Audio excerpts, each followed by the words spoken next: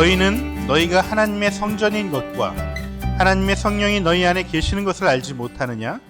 누구든지 하나님의 성전을 더럽히면 하나님이 그 사람을 멸하시리라. 하나님의 성전은 거룩하니 너희도 그러하니라. 아무도 자신을 속이지 말라. 너희 중에 누구든지 이 세상에서 지혜 있는 줄로 생각하거든 어리석은 자가 되라. 그리하여야 지혜로운 자가 되리라. 이 세상 지혜는 하나님께 어리석은 것이니 기록된 바 하나님은 지혜 있는 자들로 하여금 자기 꾀에 빠지게 하시는 이라 하였고, 또 주께서 지혜 있는 자들의 생각을 헛것으로 아신다 하셨느니라. 그런즉 누구든지 사람을 자랑하지 말라. 만물이 다 너희 것임이라. 바울이나 아볼로나 게바나 세계나 생명이나 사망이나 지금 것이나 장래 것이나 다 너희 것이요 너희는 그리스도의 것이요 그리스도는 하나님의 것이니라. 사람이 마땅히 우리를 그리스도의 일꾼이요 하나님의 비밀을 맡은 자로 여길지어다. 그리고 맡은 자들에게 구할 것은 충성이니라. 너희에게나 다른 사람에게나 판단받는 것이 내게는 매우 작은 일이라. 나도 나를 판단하지 아니하노니 내가 자책할 아무것도 깨닫지 못하나 이로 말미암아 의롭다함을 얻지 못하노라. 다만 나를 심판하실 이는 주시니라. 그러므로 때가 이르기 전 곧 주께서 오시기까지 아무것도 판단하지 말라. 그가 어둠에 감추인 것들을 드러내고 마음의 뜻을 나타내시리니 그때 각 사람에게 하나님으로부터 칭찬이 있으리라. 아멘. 네. 오늘 말씀은 언어로 세운 집이라는 말씀으로 오늘 고린도전서의 말씀을 전하도록 하겠습니다. 네. 오늘 말씀 제목은요, 이현영 선생님 아시죠? 이현영 선생님이 쓴 책 제목에서 가져와 봤습니다. 이 책은 한국의 유명한 시들을 이렇게 분석해서 기록한 책인데요. 이 책에서 이현영 선생님은 시는 언어로 세운 집과 같다라는 말씀을 합니다. 우리가 시인들이 한 편의 시를 만들기 위해서는 언어를 다듬고 또 잇고 붙이고 그렇게 하나의 집을 짓듯이 공들여서 세워간다는 것을 의미하는 것입니다. 여러분, 이 시도 마찬가지지. 시도 그렇지만은 나 자신이라는 이 집도 마찬가지예요. 나라는 인생의 집도 사실은 언어로 세워져 간다는 것입니다. 여러분, 인간만이 유일하게 언어를 사용하고 있죠. 다른 동물들도 쓰긴 하지만은 이게 복잡하고 추상적인 단어까지 쓰지는 못합니다. 왜 인간에게만 이렇게 복잡하고 추상적인 이런 언어를 구사할 수 있도록 하셨을까? 이것은 바로 우리가 살아가면서 여러 가지 상황 속에서 그 상황들을 생각하고 정리하고 이렇게 의미를 받아들이게 하기 위한 하나님의 하나의 선물인 것 같아요. 도구인 것 같습니다. 그래서 우리 인생이 이 언어로 정리를 하면서 지어져 간다는 것을 의미하는 것이죠. 우리가 사건들을 경험하고 살아가면서 여러 가지 고비들을 겪으면서 여러 가지 상황들을 맞닥뜨리게 되는데 그때 상황이 지나면 반드시 뭘 해야 되냐면 그 상황들을 정리를 해야 돼요. 내 언어로 내 말로 정리를 해야 됩니다.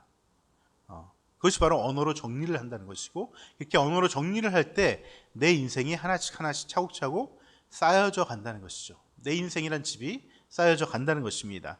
저는 예전에 이것을 잘 정리하지 않고 넘어갔던 적이 굉장히 많습니다. 정리를 못했던 이유는 사실은 그때 그 상황이 파악이 잘 안 됐어요. 그리고 이 어떤 의미인지 정확하게 의미를 우리가 제가 찾지 못했기 때문에 그냥 정리하지 않고 그냥 넘어갔던 적이 굉장히 많이 있습니다. 그냥 뭐 안 좋은 일이 생겼네, 재수 없었던 일이 생겼네, 뭐 사는 게 다 그런 거지, 뭐 그렇게 이런 식으로 넘겼던 것이죠.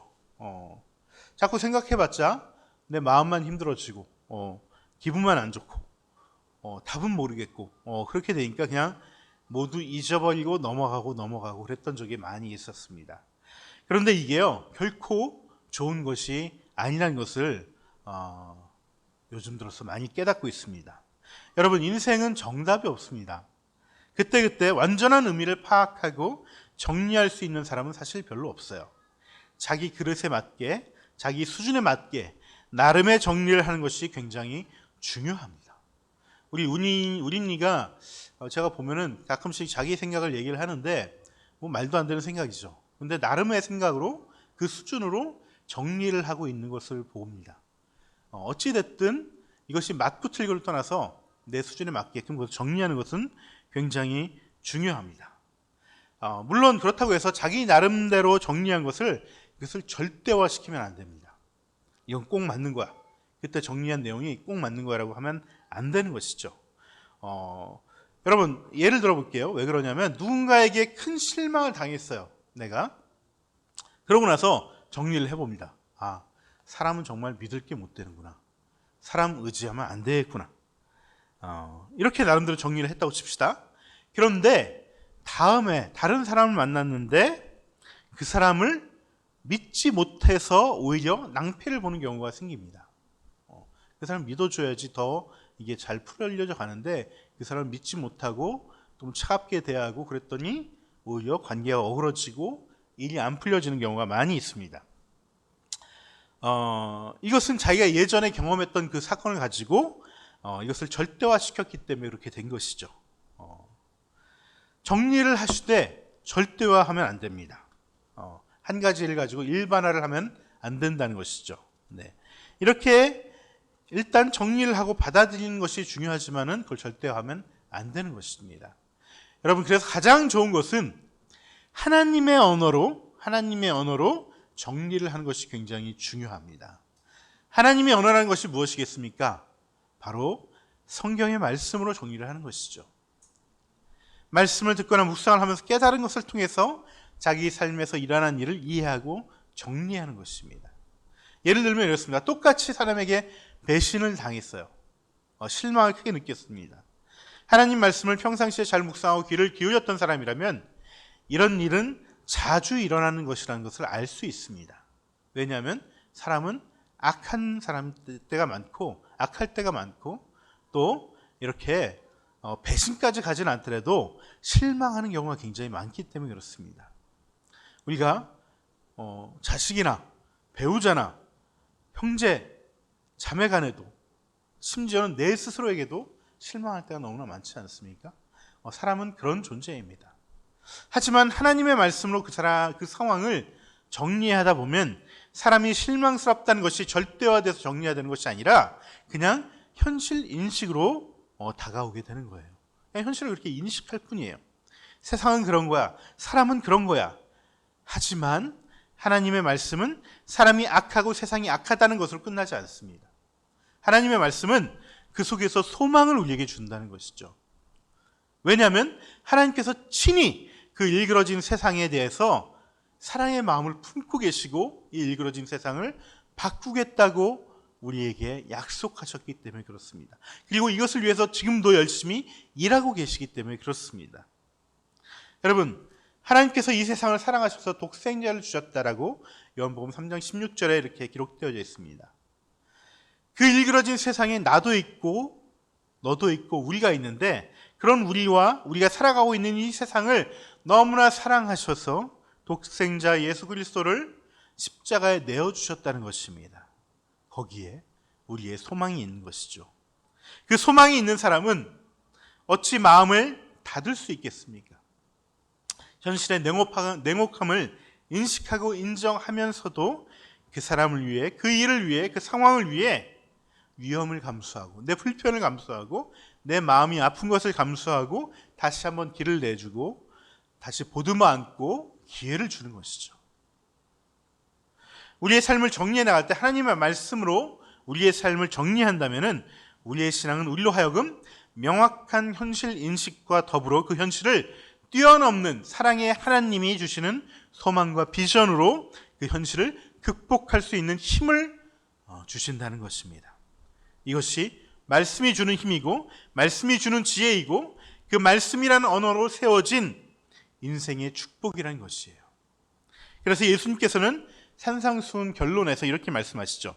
말씀의 반석 위에 집을 지어야 모든 환난과 역경에도 무너지지 않는다, 이렇게 말씀하시는 것입니다. 이렇게 말씀으로 자기 인생이라는 그 집을 세워가는 저와 여러분이 됐으면 좋겠습니다. 그런데 오늘 본문에서는 바울 사도께서 우리가 하나님의 성전이라고 말씀하고 계시는데, 저와 여러분이 거하는 이 성전이라고, 하나님이 거하시는 성전이라고 말씀하십니다. 여기서 중요한 거는 너 안에 성전이 있다가 중요한 게 아니라 너희 안에 성전이 있다는 것이 중요한 것입니다. 이게 무슨 말이냐면은 예수님이 준비하신 그 처소, 이 성령의 전인 성전은 각자가 하나님과 교제하는 장소로서 내 안에 있는 것이 굉장히 큰 의미가 있습니다. 하지만 각자 자신 속에 세워진 성전이 서로 내 옆에 있는 사람과 함께 하나로 이어져 가야 된다는 것을 의미하는 것이죠. 그래서 오늘 본문에서 너는 하나님의 성전이라 하지 않고 너희가 하나님의 성전이라고 말씀하셨다는 것입니다. 우리 가운데 성전들이 있습니다. 성전이 있습니다. 하지만 이 성전과 성전이 서로 소통케 하시고 일치와 화해를 이루게 하시는 것이 성령님의 교통하심으로 말미암아 이루어지고, 이렇게 서로가 이어져서 성전이 되어간다라고 말하고 있는 것이죠. 그래서 바울 사도께서는 이 얘기에 대해서 에베소서 2장에 더 구체적으로 이렇게 말씀하십니다. 에베소서 2장 20절로 22절 말씀입니다. 네, 지금 카톡으로 보내줄 겁니다. 에베소서 2장 20절에서 22절 말씀에 이 얘기를 좀 더 구체적으로 말씀하십니다. 뭐라고 말씀하시냐면은 그리스도 예수께서 친히 모퉁이 돌이 되셨느니라. 모퉁이 돌이라는 것은 뭐냐면 시금석이에요. 시금석. 한 집을 질 때 여기서부터 기둥을 세우고 여기서부터 벽을 만든다는 그 기준돌이 되는 것을 모퉁이 돌이라고 얘기하죠. 그 안에서 건물마다 서로 연결하여 주 안에서 성전이 되어가고, 너희도 성령 안에서 하나님이 거하실 처소가 되기 위하여 그리스도 예수 안에서 함께 지어져 간다라고 말씀하고 계시는 것입니다.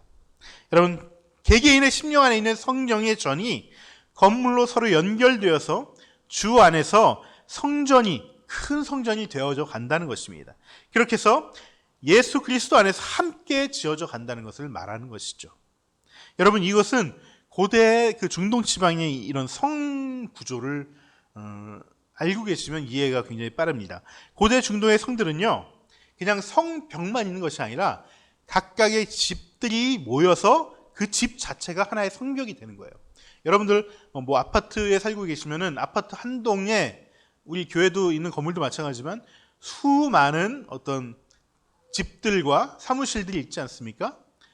그 집들과 사무실들이 연결되어 있는데, 그 연결되어 있는 이 아파트 한 동 자체가 하나의 성벽처럼 되어 있는 구조라는 거예요. 성벽처럼.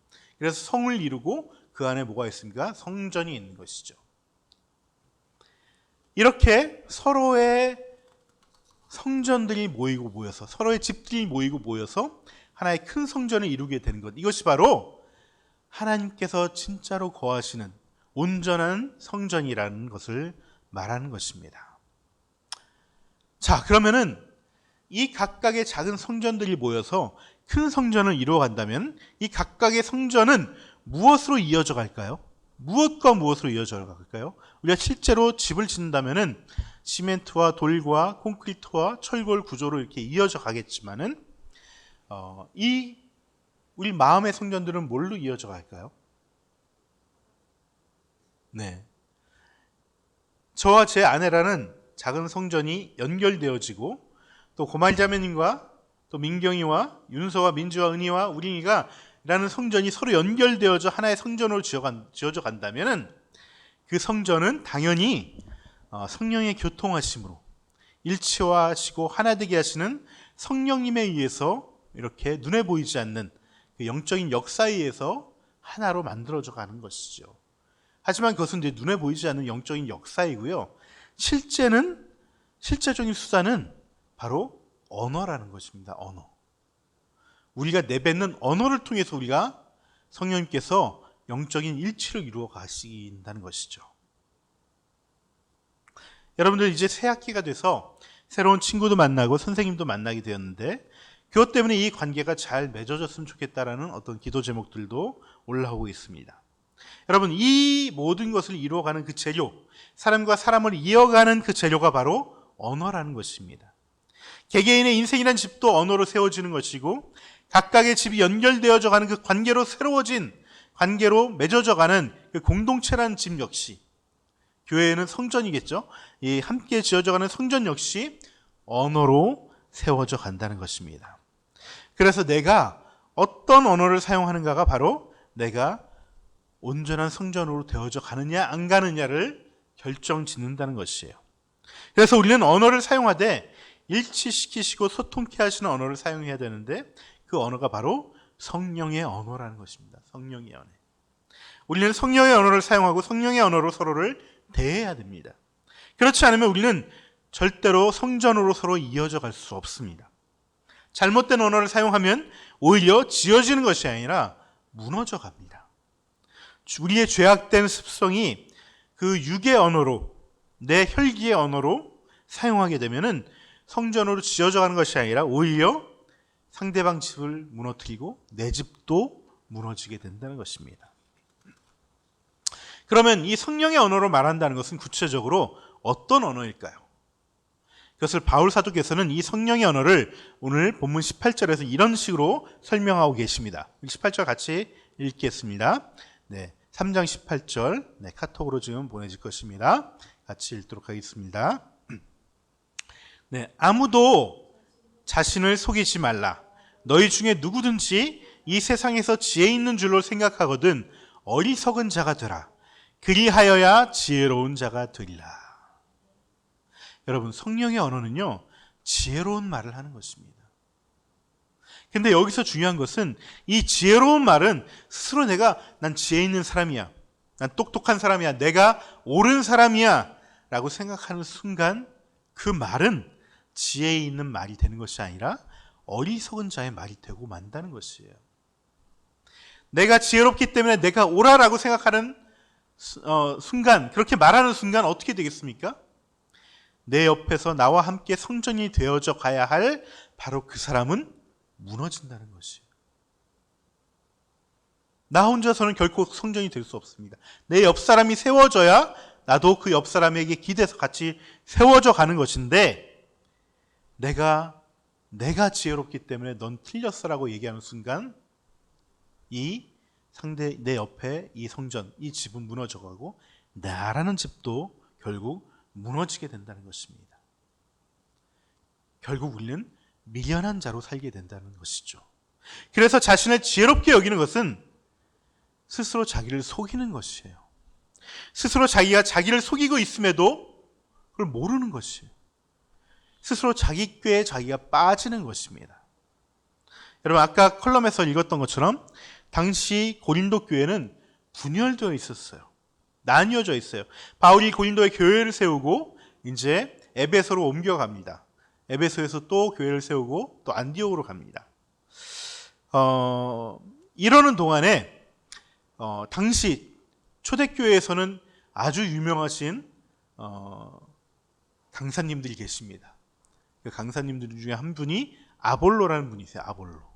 굉장히 똑똑하신 분이시고 언변이 뛰어나시고 사람들을 쥐락펴락할 수 있는 화려한 화술과 많이 배우시고 아주 논리적이신 그런 분이 있습니다. 아볼로라는 분이 이 고린도에 가서 사람들을 가르쳤습니다.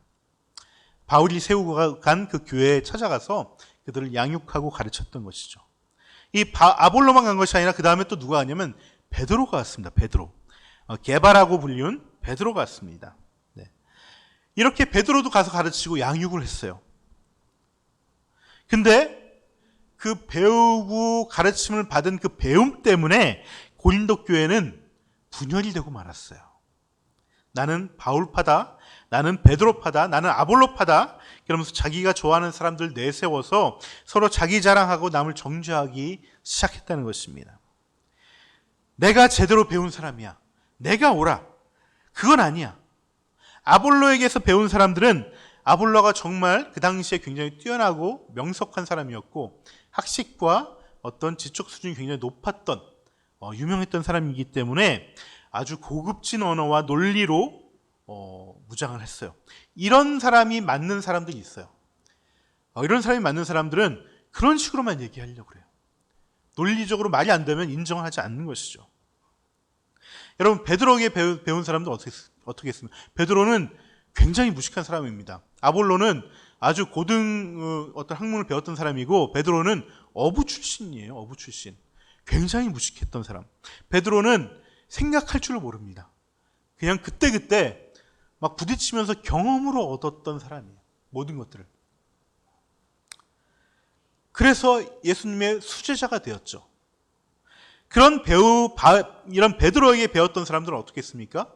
이 아볼로에게서 배웠던 사람들을 보면은 너무나 교만 덩어리고 논리적으로 얘기하는데 그냥 지적 허영으로만 보이는 거예요.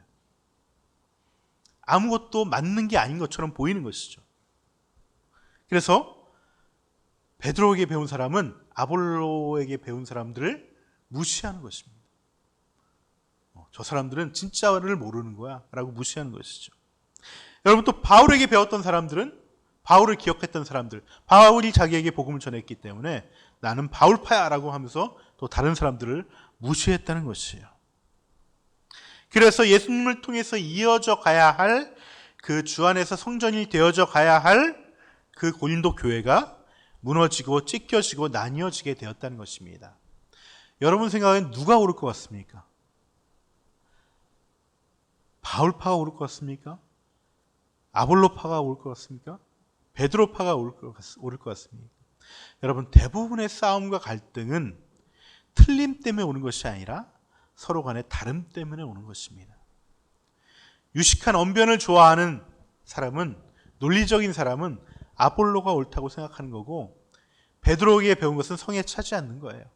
베드로의 경험을 통해서 배운 사람은 아볼로의 말을 옳다고 여기지 않습니다. 잘났다고만 여기죠. 지적 허영에 빠져 보인다는 것입니다.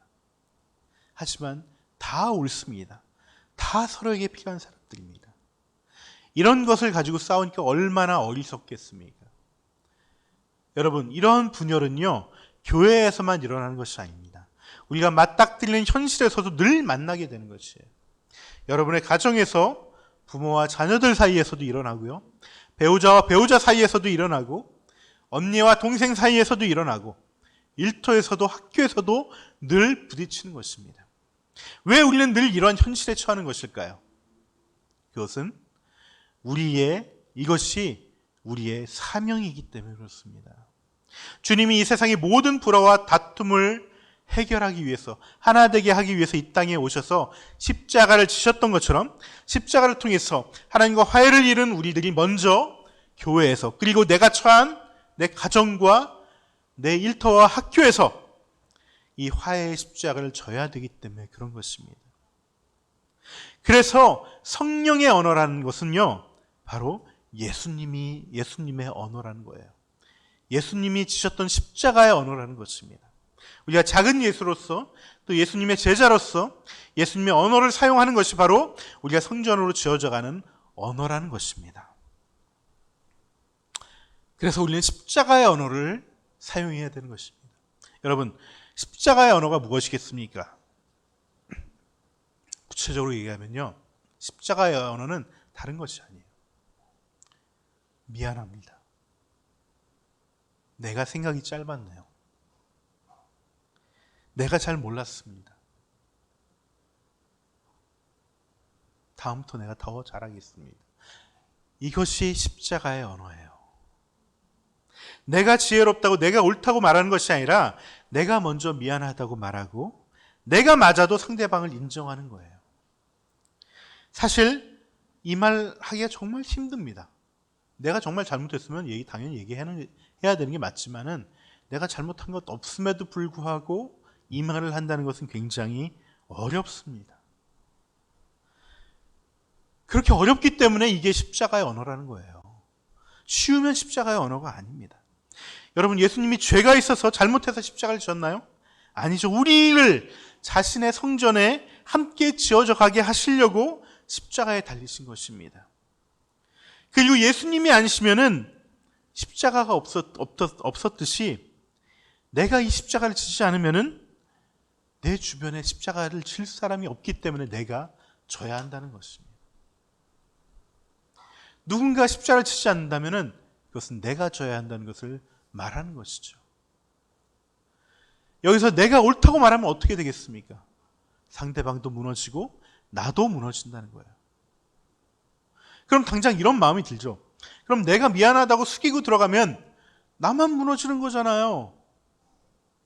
왜 나만 무너져야 돼요? 라는 생각이 들 수 있습니다.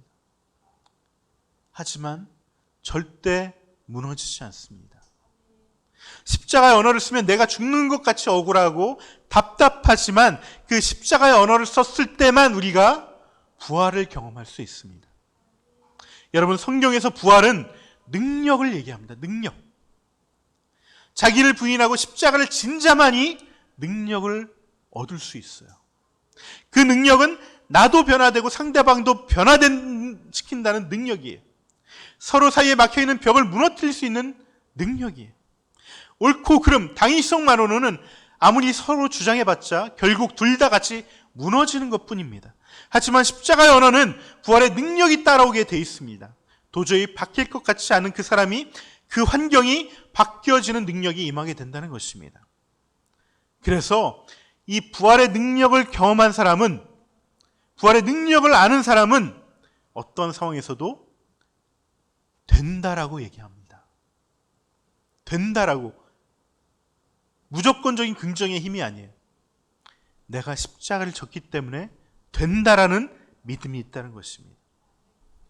서로 벽이 있어서 이 벽은 너무나 단단해서 견고해서 무너뜨릴 수 없다, 어쩔 수 없다라고 말하는 것이 아니라 된다라고 말할 수 있다는 것입니다. 여러분, 이 된다라는 언어는 십자가의 언어를 사용한 사람만이 된다라고 말할 수 있습니다. 그 십자가를 지지 않으니까 안 된다라고 생각하는 거예요. 십자가에서 죽음만 보이고 억울함만 보이니까 안 된다라고, 불가능하다고 생각하는 것입니다. 여러분, 십자가의 언어를 사용하는 사람은 됩니다 라는 부활의 언어도 사용하게 됩니다. 여러분, 이것이 끝이 아니에요. 부활하신 주님이 승천하셔서 보좌에 앉으셔서 권세와 이 땅 가운데 하나님 나라의 통치를 내려보내듯이 부활의 능력으로 변화될 뿐 아니라 그 십자가의 언어를 사용한 사람에게는 그 모든 상황과 관계를 이끌어가는 권세와 통치를 허락해 주십니다. 이것이 바로 축복입니다. 십자가의 언어를 사용하는 사람에게만 주어지는 축복이라는 것입니다. 이 과정, 일련의 과정, 이 십자가, 부활, 이 권세, 이 과정을 경험하고 이 과정이 보이는 사람은 상대방이 아무리 나보다 못한 사람이고 나보다 정말 더 악한 사람이라 할지라도, 어리석은 사람이라 할지라도 그 사람 앞에서 내가 옳다라고 주장하지 않습니다. 그 사람을 일단 수용해 주는 것이죠. 내가 수용해 준다고 진짜로 그 사람이 옳아지는 것은 아니에요. 그것은 하나님께서 나에게 이미 옳다라고 주어집니다.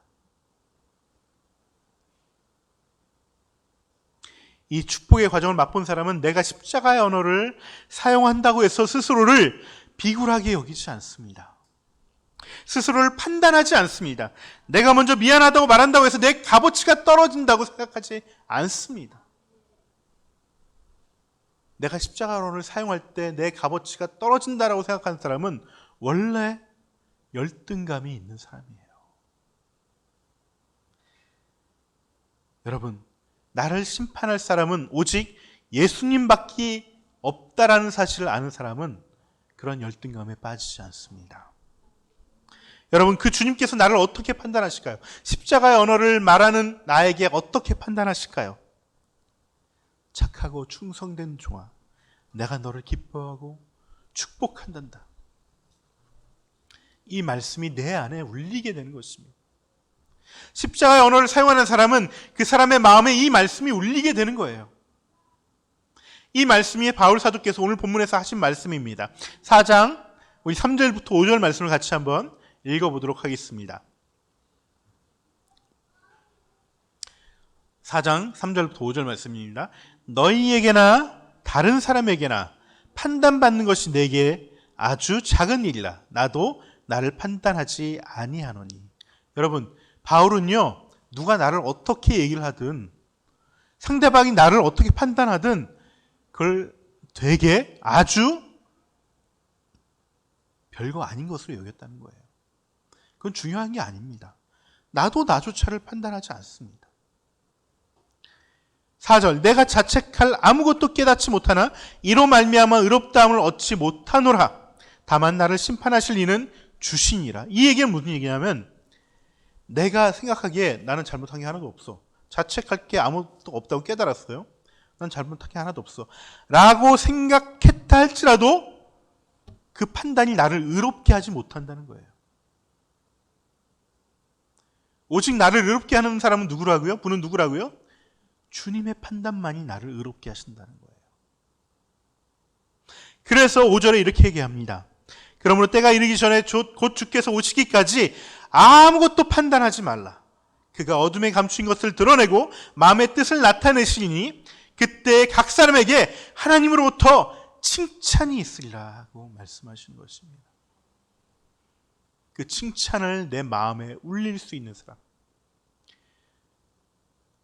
내가 상대방으로부터, 세상으로부터 어떠한 비난과 심지어 내가 잘못했다 할지라도 거기서 울려나오는 여러 가지 안 좋은 생각들이 나를 주장하지 못한다는 거예요. 오직 주님의 심판만을 바라보는 사람은 주님께 의롭다 칭함을 받기를 원하며 십자가의 언어를 사용하는 것입니다. 여러분, 이 칭찬을 듣는, 이 축복을 받는 저와 여러분이 되면 좋겠습니다. 여러분, 우리나라는 인생, 우리나라는 성전이 성령의 언어인 그 십자가의 언어로 바뀌어서 부활의 능력으로 하늘 보좌의 권세로 충만해지기를 축원합니다. 내 입술이 나의 제사가 되어야 됩니다. 내 말이 나의 십자가가 되어야 됩니다. 그렇게 하나님이 받으시면, 내 십자가와 내 제사를 하나님이 받으시면 그곳에 바로 부활의 능력과 하나님 나라의 권세와 통치가 임하게 된다는 것입니다. 이 축복 누리시기를 소망하면서 우리 같이 이 찬양 같이 했으면 좋겠습니다. 내 입술의 말과 라는 곡으로 같이 찬양하면서 주님께 이번 주 주님, 제가 십자가의 언어로 주님께 나의 예배를 드리겠습니다. 내가 십자가의 언어로 부활의 능력과 하나님의 축복을 경험하겠습니다. 주님, 그 소망을 이루어 주시옵소서. 같이 찬양했으면 좋겠습니다. 찬양하면서 그런 마음으로 같이 찬양하면 좋겠습니다.